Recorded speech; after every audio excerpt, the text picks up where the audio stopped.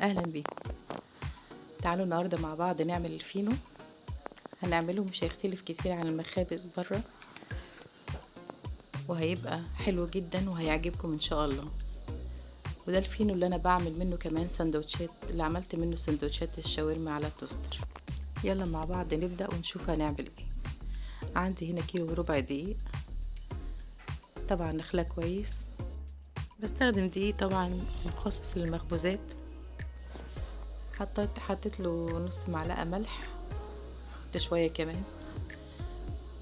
بعد كده هحط 3 معالق سكر. السكر طبعا هيساعد ان الخميرة تتنشط ويخمر معايا بسرعة. دي معلقة خميرة، معلقة كبيرة. وبعد كده زي ما انتم متعودين انا بقلب المكونات الجافة كده الاول مع بعض، تقليبة كده سريعة. وبعدين هبدأ انزل بقى بفنجان زبدة مسيحاها، وبعد كده نص كوباية لبن. نص كوباية لبن بس، مش هنحط لبن كتير. وبعدين بملى بقى كوباية كده حتى مكان اللبن اهو. حطيت كوباية مية الاول، وبعدين حطيت نص كوباية مية بعدها. واشوف لو العجينة احتاجت مية تاني هبدأ ازود شوية شوية. طبعا اللبن والمية بيكونوا دافيين، علشان برضو ده بيساعد على ان الخميرة تتنشط وتخمر معايا بسرعة. بس كده انا زودت السرعة طبعا شوية. في الاول بعجن، بشغل العجين على سرعة منخفضة 3 دقايق مثلا كده او 4 دقايق، وبعدين بعلي السرعة كمان وبسيبه كمان 2-3 تاني على سرعة عالية. بتطلع العجينة زي ما انتم شايفين كده. يعني هنزلها على الرخامة برضو وهكمل عجن فيها قدامكم عشان تشوفوا ملمس العجينة عامل ازاي. طبعا يعني من اسرار الفينو عشان يطلع معاكم هش وحلو زي بره او قريب قوي من مخبز بره، انه بيتعجن كتير قوي. يعني تعجنوا فيه لو بالمكنه زي ما قلت لكم كده مثلا 6-7 دقايق في الميكسر. لو على الايد بقى هتعجني بالايد يعني مش اقل من نص ساعه. يتعجن كويس قوي قوي وتخدم كويس جدا علشان يطلع العجينه تبقى هشه وحلوه زي العجين بره، زي الفينو بتاع بره. وبنسيب العجينه بقى تخمر. مش هتاخد وقت معانا في التخمير، يعني من نص ساعه لساعه الا ربع كده هتلاقيها خمرت وملت الطبق. بعد كده اهو زي ما انتم شايفين كده هنزلها اهو. هاخد قطعة منها كده وهبدأ اشتغل وهغطي الباقي عشان الوش بتاعها ما ينشفش. هبدأ هنا اقطع بقى قطع على قد الرغيف بتاعي.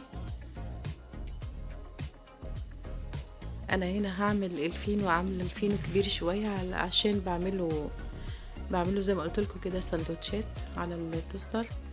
بس انتوا لو عايزين تعملوا الحجم اصغر من كده ممكن برضو تعملوا الفينو، يعني طبعا الحجم اللي يريحكم اعملوه. يعني ممكن نقسم القطعة دي مثلا على 2 او على 3، هيطلع معاكم رغيف صغير رغيف وسط. انا هنا عاملاه رغيف كبير علشان التوستر بيضغط شوية الساندويتش، فهيبقى شكله معايا حلو طبعا.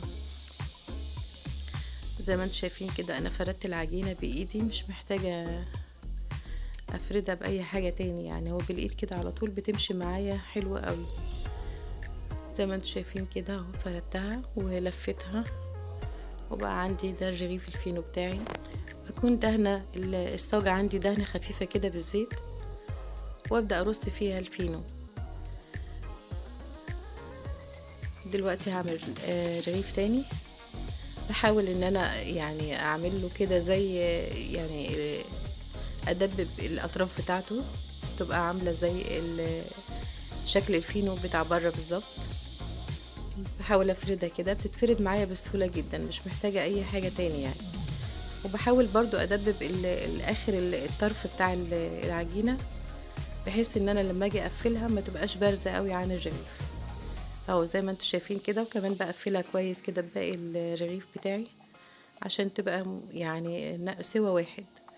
ودي اخر حاجة اهو كمان اهو قدامكم زي ما انتم شايفين كده، وهخلص بقية الكمية وهرجع لكم تاني. وطبعا انا هسيبه يخمر، هيخمر كمان مرة كمان، بس مش هياخد وقت في المرة التانية دي، يعني بكتير 10 دقايق ربع ساعة، مش هياخد وقت معايا كبير يعني، هيخمر بسرعة. اهو زي ما انتم شايفين ده شكله اهو بعد ما خلصته، وده شكله بعد ما خمر.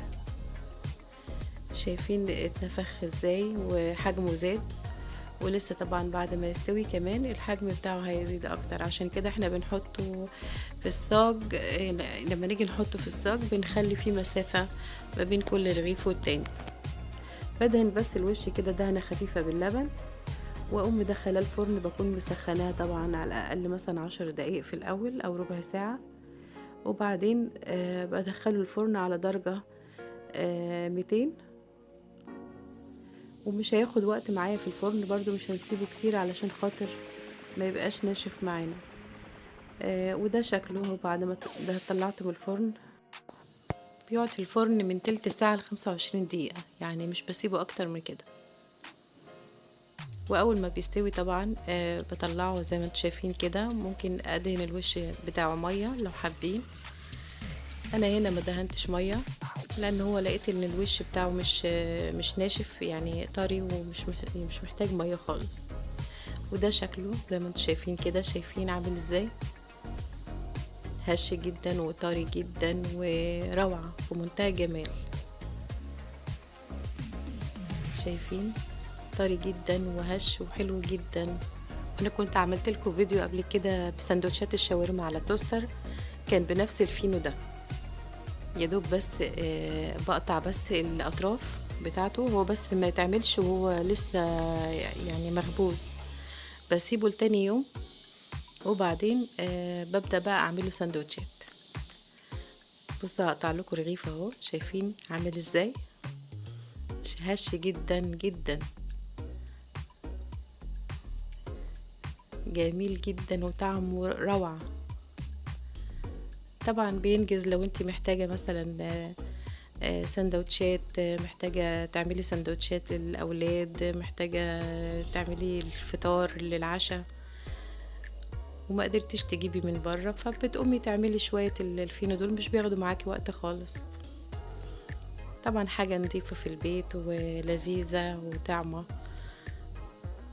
وبألف هنا وشفا، ويا ريت تجربوه ان شاء الله يعجبكم كتير.